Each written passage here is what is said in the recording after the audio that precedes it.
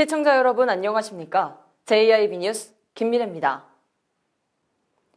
5일 열린 당진 시민체육대회에서 줄다리기 경기 중 50대 여성이 숨지는 사고가 발생했습니다. 주된 연령층이 50대 이상인 점을 고려하지 못했다는 지적과 사후 대처 또한 미흡했다는 지적이 나오고 있습니다. 5일 열린 제4회 당진 시민체육대회에서 줄다리기 경기 중 50대 여성 A씨가 사망하는 사고가 발생했습니다. 사고는 면천면과 우광면의 줄다리기 경기 중 일어났습니다. 면천면 출신 A씨가 쓰러졌고 주변에 있던 시민들이 CPR과 심장 제세동기 등의 응급처치를 진행했지만 끝내 일어서지 못했습니다. 아직까지 정확한 사망 원인은 밝혀지지 않았지만 응급처치를 도운 시민의 말에 따르면 A씨에게 평소 고혈압의 지병이 있어 심장마비일 것으로 추정됩니다. A씨의 사망이 확인되자 김홍장 시장과 읍면동 대표들은 긴급회의를 가졌습니다. 일이 생겨서 참 심유감스럽고 안타깝습니다. 다시 한번 우리 고 김미자 시민 선수께 명복을 빌면서 또 그 가족 분들에게 긴급 대책회의에선 체육대회 참가자가 주로 50대인 것을 고려하지 않고 종목을 정했다는 지적이 나왔습니다. 사고가 발생한 뒤 혼란스러운 상황은 계속됐습니다. 사고가 발생한 시각은 12시경. A씨의 사망 진단서가 발행된 1시경에서야 긴급 대책회의를 가졌습니다. 사고가 발생한 뒤 1시간 동안 천여 명의 시민들은 앞으로 대회의 진행 여부에 대해 아무것도 알지 못한 채 하염없이 기다려야만 했습니다. 5일 개최된 제4회 당진 시민의 날 체육대회에서 경기 도중 발생한 불의의 사고로 인해 행사는 중단됐습니다. 비가 오는 궂은 날씨 속에 천여 명이라는 많은 시민들이 참여해 성황리에 시작된 제4회 당진 시민체육대회. 하지만 사고가 발생한 후 시민들을 그대로 방치하기까지 해 사후 대처 또한 미흡했다는 지적을 피할 수 없을 것으로 보입니다. JIB 뉴스 김미래입니다. 지난 5일 예고됐던 충남 세종 버스 파업이 극적인 합의에 성공하며 철회됐습니다. 당진을 포함한 충남도의 버스 대란이 일단락된 것으로 보입니다. 전예은 기자입니다.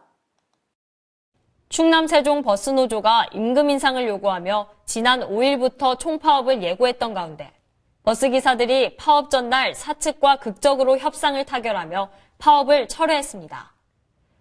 충남 세종 자동차 노동조합은 충남 버스 운송사업조합과 4일 오후부터 7시간이 넘는 막판 마라톤 교섭을 벌인 끝에 임금 인상안에 최종 합의했다고 밝혔습니다. 노사는 주 52시간 근무 시행으로 근로일수가 줄어 급여에 피해를 보는 부분에 대해 월 17만 원씩 평균 5.5% 임금 인상안에 대한 소급분을 지급하기로 합의했습니다. 충남도는 우려했던 교통대란이 발생하지 않아 다행이라며 버스업계의 경영 수지 분석을 통해 버스 노선 조정 등 종합적인 대책을 수립하겠다고 말했습니다. 이로써 온전히 시민의 불편으로 돌아갈 것 같았던 교통대란은 일단락된 것으로 보입니다. JIB 뉴스 전예은입니다. 가을로 접어들면서 산행을 즐기는 등산객들이 많아졌는데요. 산행 시 안전사고에 대한 각별한 주의가 필요합니다. 정미경 기자입니다. 지난해 전국에서 발생한 산악사고는 월 평균 570건. 하지만 9월에 880건, 10월에는 1200건으로 해마다 9월과 10월 산악사고가 급증합니다. 가을 산행 시 주의점은 등산로와 휴식 장소, 코스 난이도 등 산에 대한 충분한 정보를 미리 갖는 것이 중요합니다. 또한 자신의 경험과 체력에 맞는 등산 코스를 정해야 하며 일몰 시간을 고려해 등산에 걸리는 소요 시간과 코스를 정확히 파악해야 합니다. 적어도 해가 지기 2시간 전엔 하산하고 체력의 30% 정도를 항상 남겨놔야 사고를 예방할 수 있습니다. 특히 산행 중 지정된 등산로를 이탈하는 것은 조난과 추락으로 이어지기 쉽고 사고 발생 시 구조에 어려움을 줄 수 있어 산나물 채취 등으로 등산로를 이탈하는 것은 절대로 금해야 합니다. 산행 중 안전사고가 발생했을 경우에는 무리하게 하산하지 말고 등산로에 설치된 산화기치 표지판을 통해 구조 요청을 하는 것이 좋습니다. JIB 뉴스 정미경입니다. 오늘부터 내달 7일까지 충남 아기수당 사전 신청을 진행합니다. 첫 아기수당은 오는 11월 20일 지급될 예정입니다. 이달 8일부터 내달 7일까지 충남 아기수당 사전 신청이 진행됩니다. 저출산 극복의 일환으로 추진되는 충남 아기수당은 소득과 재산에 상관없이 보호자와 아기가 충남도에 주소를 두고 있고 출생일로부터 12개월 이하의 아기가 지급 대상입니다. 대상 아동에게는 한 명당 매월 10만 원이 지급되며 첫 아기수당은 오는 11월 20일 지급될 예정입니다.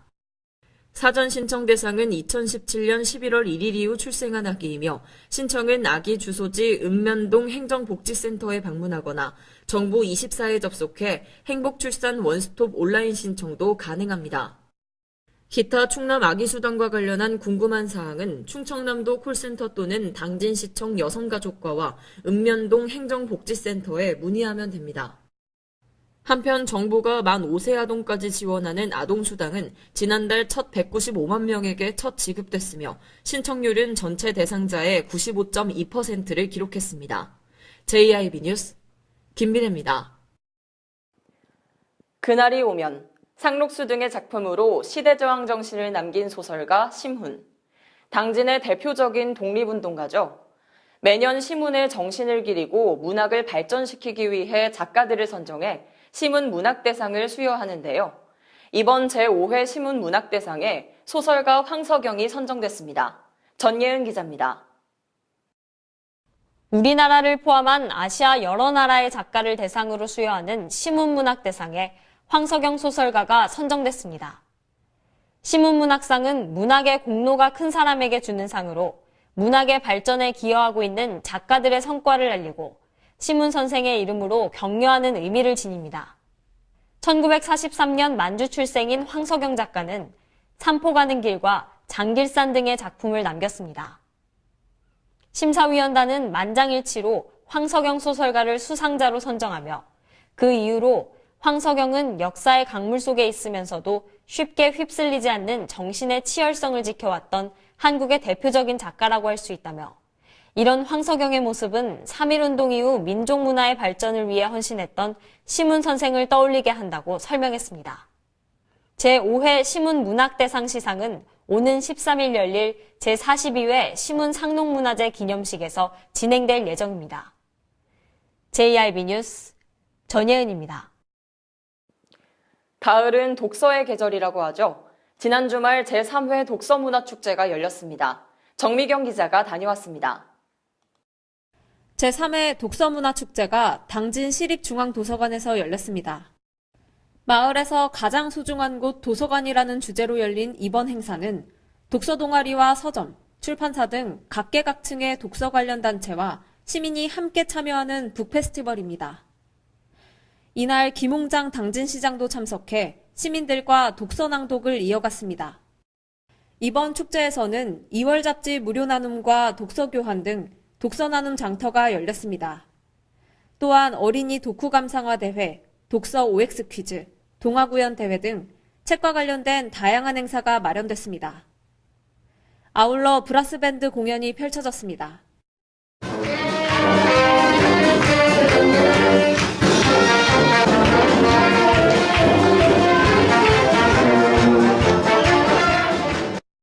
체험 프로그램으로는 작가의 방, 책 저금통 만들기, 나만의 독서 가방 만들기 등 책과 관련된 12개의 부스가 운영됐습니다. 매년 축제에 참석하셨다고 하셨는데 이렇게 오실 때마다 어떠세요? 그냥 애들한테 좋은 경험을 해줄 수 있어서 너무 좋은 것 같아요. 목걸이 만들기 하고 내가 미용사 돼가지고 나뭇잎으로 머리카락 만들기 활동을 했어요. 네, 이렇게 와서 동생들하고 엄마하고 같이 활동하니까 기분이 어때요? 너무 즐거워요. 올해로 세 번째를 맞는 독서문화축제는 폭우 속에 열렸지만 많은 사람들이 찾으며 축제로서 자리매김을 했다는 것을 보여줬습니다. JIB 뉴스 정미경입니다. 라돈 매트리스 사태가 해결될 기미가 보이지 않습니다.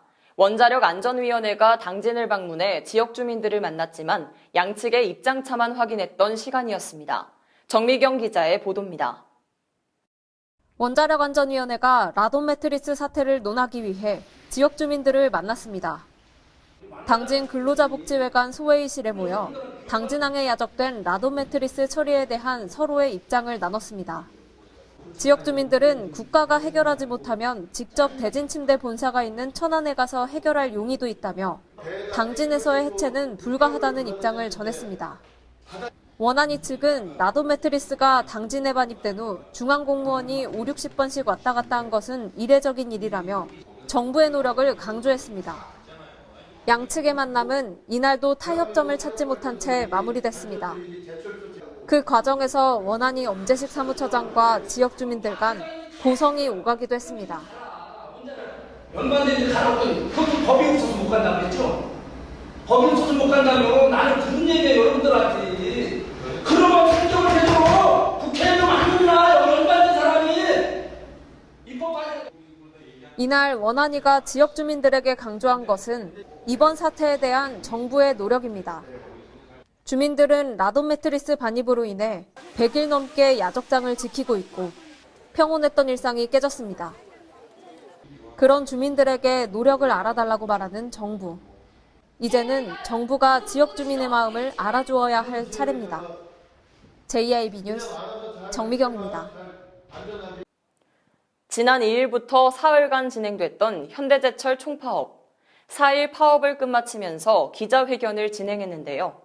이날 전국금속노동조합은 양재동 가이드라인을 언급하며 현대차 그룹이 노사관계에 개입하고 있다고 주장했습니다. 전국금속노동조합 충남지부 현대제철지회가 10월 2일부터 사흘간 총파업을 마치고 4일 기자회견을 가졌습니다. 이날 기자회견 발언에선 현대차 그룹이 노무관리 정책과 계열사 내 서열화된 임금 가이드라인을 내린다는 이른바 양재동 가이드라인을 언급하며 당장 이를 폐기할 것을 촉구했습니다. 발언 중에는 계열사마다 현대차의 90%, 80%, 70% 등 임금 합의 기준을 미리 정하고 이것을 현장에 강요하고 있다며 자율성과 상호 신뢰가 생명과도 같은 노사관계가 신음하고 있다고 말했습니다. 금속노조 김호규 위원장은 다른 계열사보다 유독 현대제철에만 강하게 내비치고 있다며 이번 주까지 가시적인 결과가 없을 경우 강도 높은 투쟁에 돌입할 것이라고 밝혔습니다. 또 현대제철지회 이경현 지회장은 상황 보고에서 엄청난 매출액과 영업이익 상승에도 임금과 성과급이 줄고 있다며 이 점을 바로잡을 것이라고 말했습니다. 매출액이 30%, 40% 이상 늘어나고 영업이익이 거의 100 이상 늘어남에도 불구하고 우리 조합원들은 매년 14년부터 거의 2017년까지 40%, 50%의 성과금 저하, 임금 인상 저하, 임금 인하를 지금 당하고 있습니다. 이건 말도 안 되는 얘기잖아요. 마지막으로 현대제철지회는 매년 반복되는 사측의 교섭 해태와 장기화, 파업 유도 등을 끊어낼 것이라며 현대제철의 독자적인 단체 교섭을 보장해야 한다고 주장했습니다. 한편 현대제철 당진공장노사는 올해 7월 9일 상견례를 시작으로 현재까지 14차례 교섭을 진행하였으나 여전히 합의점을 찾지 못하고 있는 상태입니다. JIB 뉴스 김미래입니다. 한국석유관리원이 가짜 석유를 불법으로 판매하거나 유통하는 주유소가 계속 증가하고 있다며 주의를 요구했습니다. 충남도는 특히 불법 석유 유통 적발 건수가 전국 2위를 차지하고 있습니다. 전예은 기자의 보도입니다. 품질 부적합 가짜 석유를 불법으로 판매하거나 유통하는 주유소가 계속 증가하는 것으로 나타났습니다. 특히 충남의 불법 석유 유통 적발 건수는 21건으로 43건인 경기도에 이어 두 번째로 많은 상황입니다. 어기구 국회의원이 한국석유관리원에서 받은 자료에 따르면 가짜 휘발유를 판매한 업소는 2014년 15곳에서 2017년 5곳으로 감소하고 있는 추세입니다. 그러나 가짜 경유를 판매하다 적발된 업소는 2015년 232곳, 2016년 243곳, 2017년 226곳으로 여전히 200곳 이상을 유지하며 가짜 석유 판매가 성행하고 있습니다. 가짜 석유주유소 적발 시 관할 행정기관에 통보되고 위반업소 의견 진술 등을 고려해 사업정지 또는 과징금 등의 행정처분과 수사기관의 형사고발 조치되지만 이런 행정처분에도 불구하고 2014년부터 2017년 6월까지 2회 이상 적발 조치를 받아 상습적으로 소비자들을 기만해온 주유소도 68곳이나 되는 것으로 파악됐습니다. 한국석유관리원은 가짜 석유나 정량 미달 제품이 의심될 때는 불법 행위 사진과 차량 수리 영수증, 주유소 영수증을 지참해 석유관리원 전화나 홈페이지를 통해 신고해야 한다고 밝혔습니다. JRB 뉴스 전예은입니다. 이상 뉴스를 마칩니다. 함께해 주신 여러분 고맙습니다.